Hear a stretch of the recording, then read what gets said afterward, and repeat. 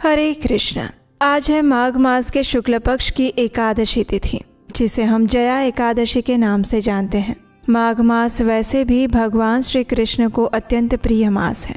इस मास में किया गया प्रातःकालीन स्नान, उनके पवित्र नाम का जप और दान मनुष्य को सर्वोच्च आध्यात्मिक मुक्ति प्रदान करता है।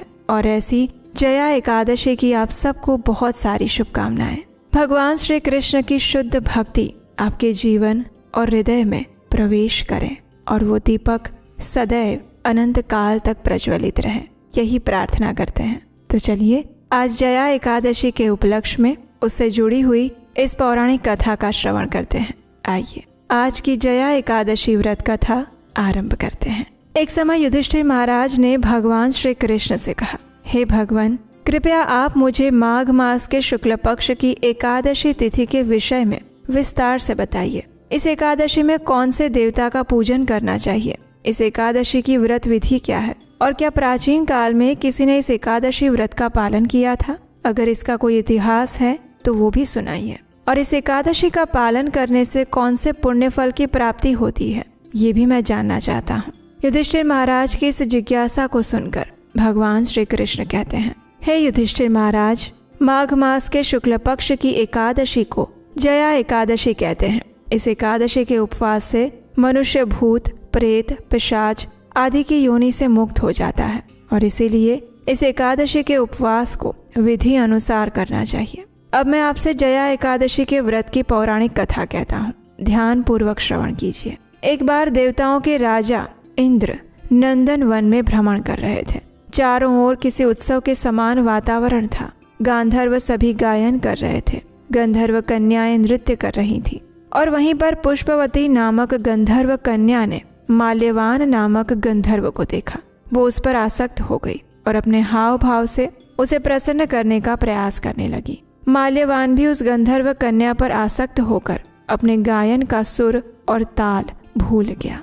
इससे संगीत की लय टूट गई और संगीत का समस्त आनंद क्षीण हो गया। सभा में उपस्थित देवगणों को यह अत्यंत अनुचित लगा और ये देखकर देवराज इंद्र भी रुष्ट हो गए। संगीत एक पवित्र साधना है। इस साधना को भ्रष्ट करना महापाप है और इसलिए क्रोधवश देवराज इंद्र ने पुष्पवती और माल्यवान को श्राप दे दिया। संगीत की साधना को अपवित्र करने वाले माल्यवान और पुष्पवती, तुमने देवी सरस्वती का घोर अपमान किया है और इसीलिए तुम्हें मृत्यु लोक में जाना होगा। गुरुजनों की सभा में असंयम और लज्जाजनक प्रदर्शन करके तुमने गुरुजनों का भी अपमान किया है और इसीलिए इंद्रलोक में रहना तुम्हारे लिए अब वर्जित है। अब तुम अधम, पिशाच और असंयमी के समान जीवन व्यतीत करोगे। जाओ, पृथ्वीलोक पर जाओ और पिशाच योनि को प्राप्त करो और कष्ट भोगो। इस प्रकार देवेंद्र का श्राप सुनकर वे दोनों अत्यंत दुखी हो गए। हिमालय पर्वत पर पिशाच योनि में दुख पूर्वक रहते हुए अब वे जीवन यापन कर रहे थे। उन्हें गंध, रस, स्पर्श आदि का कोई बोध नहीं था। वहीं उन्हें असहनीय दुख सहने पड़ रहे थे। रात दिन में उन्हें एक क्षण के लिए भी निद्रा नहीं आती थी। उस स्थान का वातावरण अत्यंत शीतल था, जिसके कारण उनके रोम खड़े हो जाते थे, हाथ पैर सुन्न पड़ जाते और दांत किटकिटाने लगते थे। एक दिन उस पिशाच ने अपनी स्त्री से कहा, न जाने हमने पूर्व जन्म में कौन से पाप किए हैं, जिसके कारण हमें इतनी दुखदायी पिशाच योनि प्राप्त हुई है। पिशाच योनि से तो नर्क के दुख सहना अधिक उत्तम है। इस प्रकार के अनेक विचारों को कहते हुए अपने दिन व्यतीत करने लगे। भगवान की कृपा से एक दिन माघ मास के शुक्ल पक्ष की जया एकादशी आई। उस दिन इन दोनों ने कुछ भी भोजन नहीं किया और ना ही कोई पाप कर्म किया। उस दिन मात्र फल फूल ग्रहण करके दिन व्यतीत कर लिया। महान दुख के साथ पीपल के वृक्ष के नीचे विश्राम करने लगे और उस दिन सूर्यदेव भगवान अस्ताचल को जा रहे थे। वो रात्रि इन दोनों ने एक दूसरे से सटकर बड़ी कठिनता से व्यतीत की। दूसरे दिन प्रातःकाल होते ही प्रभु की कृपा से उनकी पिशाच योनि से मुक्ति हो गई। पुनः अपनी अत्यंत सुंदर अप्सरा और गंधर्व की देह उन्होंने वापस धारण कर ली। सुंदर वस्त्रों और आभूषणों से अलंकृत होकर वे दोनों स्वर्ग लोक में चले गए। उस समय आकाश में देवगण और गंधर्व उनकी स्तुति करने लगे। नागलोक में जाकर इन दोनों ने देवेंद्र को दंडवत प्रणाम किया। देवेंद्र को भी उन्हें उनके वास्तविक रूप में देखकर महान विस्मय हुआ और तब उन्होंने पूछा, आप दोनों पिशाच योनि से किस प्रकार मुक्त हुए? इसका संपूर्ण वृत्तांत मुझे बताओ। देवेंद्र की बात सुनकर माल्यवान ने कहा, हे देवताओं के राजा इंद्र, श्री हरि की कृपा और जया एकादशी व्रत के पुण्य प्रभाव से हमें पिशाच योनि से मुक्ति प्राप्त हुई है। हमने अनजाने में ही इस एकादशी व्रत का पालन किया था, जिसके फल स्वरूप आज हम पिशाच योनि से मुक्त हो पाए। ये सुनकर देवराज इंद्र कहते हैं, हे माल्यवान, एकादशी व्रत करने से और भगवान श्री हरि की कृपा से तुम लोग पिशाच योनि को त्याग कर पवित्र हो गए हो और इसलिए हमारे लिए भी वंदनीय हो, क्योंकि भगवान शिव और भगवान विष्णु के भक्त हम देवताओं की वंदना करने योग्य हैं। अतः आप दोनों धन्य हैं। अब आप प्रसन्नता पूर्वक देवलोक में निवास कर सकते हैं। कथा का समापन करते हुए भगवान श्री कृष्ण कहते हैं, हे राजन, इस जया एकादशी के उपवास से कुयोनि से सहज ही मुक्ति मिल जाती है। जो मनुष्य इस एकादशी का व्रत कर लेता है उसने मानो सभी तप, यज्ञ, दान कर लिए हैं। जो मनुष्य श्रद्धा पूर्वक जया एकादशी का व्रत करते हैं वे अवश्य ही सहस्त्र वर्षों तक स्वर्ग में वास करते हैं और उन्हें कभी भी पिशाच योनि में नहीं जाना पड़ता।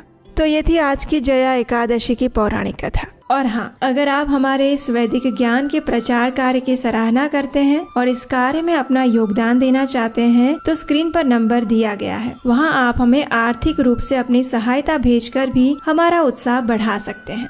आशा है ये कथा आपको अच्छी लगी होगी और इसका श्रवण करके आप अपने एकादशी व्रत को समाप्त कर पाएंगे, सफल कर पाएंगे। आज के दिन प्रयास करें अधिक से अधिक हरे कृष्ण महामंत्र का जप करें, यानी हरे कृष्ण कृष्ण कृष्ण हरे हरे, हरे राम राम राम हरे हरे। इस महामंत्र की कम से कम 8, 16 या 25 माला का जप करें। इस दिन उपवास का पालन करें। किसी भी प्रकार के अनाज, दाल, चावल, गेहूं या फिर उससे बने हुए कोई भी खाद्य पदार्थ का सेवन न करें। आवश्यकता लगने पर एकादशी प्रसाद ले सकते हैं, लेकिन संपूर्ण दिन में अधिक से अधिक भगवान श्री हरि के प्रति अपनी चेतना को समर्पित करके रखें। अधिक नाम जप द्वारा, तुलसी सेवा द्वारा, उनकी कथाओं का श्रवण द्वारा, भगवत गीता, श्रीमद् भागवतम जैसे ग्रंथों का पठन और अध्ययन द्वारा, वैष्णवों की सेवा द्वारा और उनके कीर्तन द्वारा। और फिर अगले दिन यानी कि कल जया एकादशी का विस्तार से विधि पूर्वक पारण करें।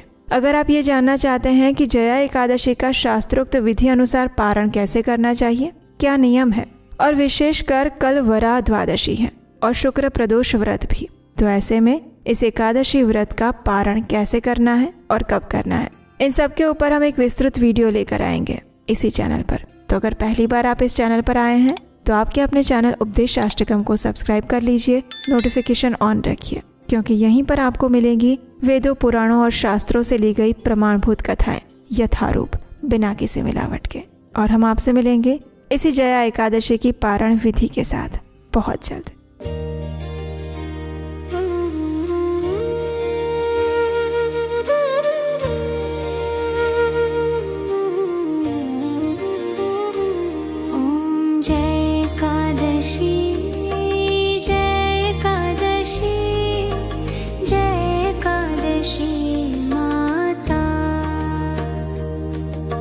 विष्णु पूजा रत को धारण कर शक्ति मुक्ति पाता। तेरे नाम गिनाऊं देवी, भक्ति प्रदान करनी। गण गौरव की देनी माता, शास्त्रों में वरनी। ओम जय एकादशी, जय एकादशी, जय एकादशी माता। विष्णु पूजा व्रत को धारण कर शक्ति मुक्ति पाता। मार्गशीर्ष के कृष्ण पक्ष की उत्पन्ना विश्वतारिणी जन्मी। शुक्ल पक्ष में हुई मोक्षदा, मुक्तिदाता बन आई। ओम जय एकादशी,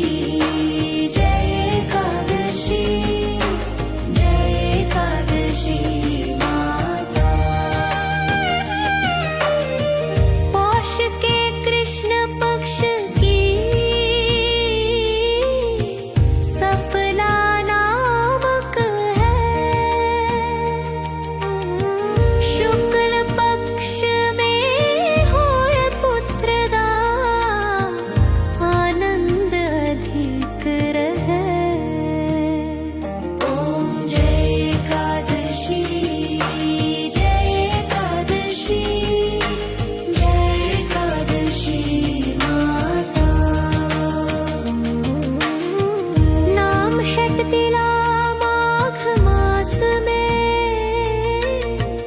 कृष्ण पक्ष आवे, शुक्ल पक्ष में जया कहावे, विजय सदा पावे। ओम जय एकादशी, जय एकादशी, जय एकादशी माता।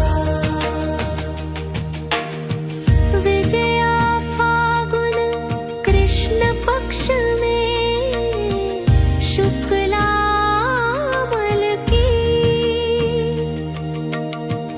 पापन मोचनी कृष्ण पक्ष में चैत्र महाबली की।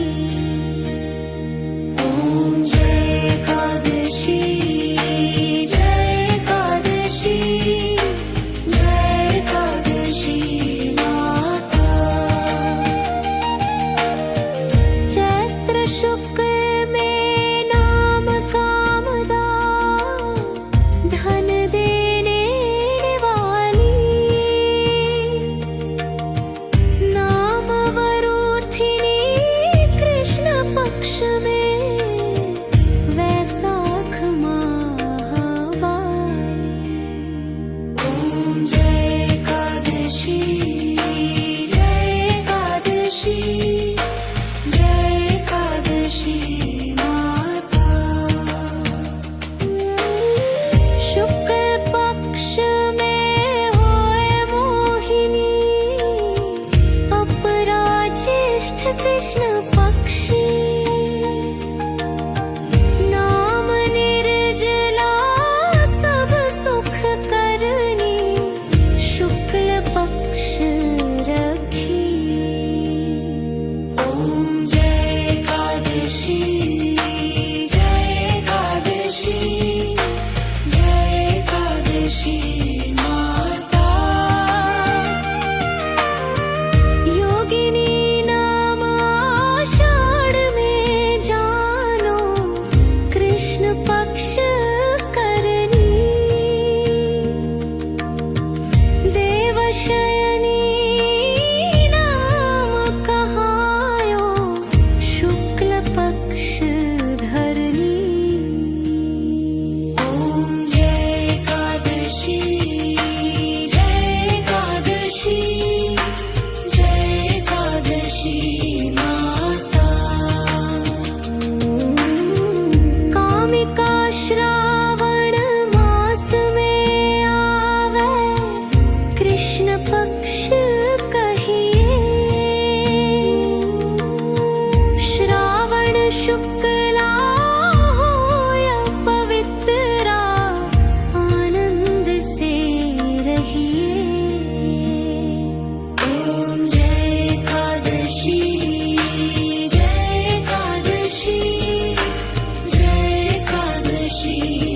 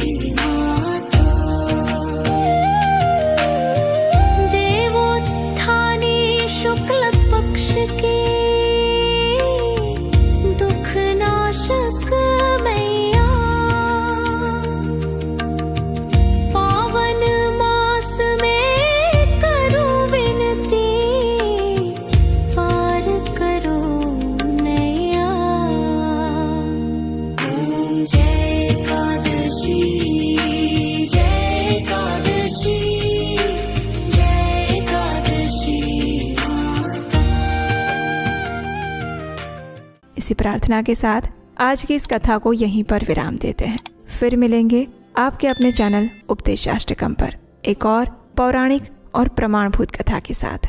हरे कृष्ण।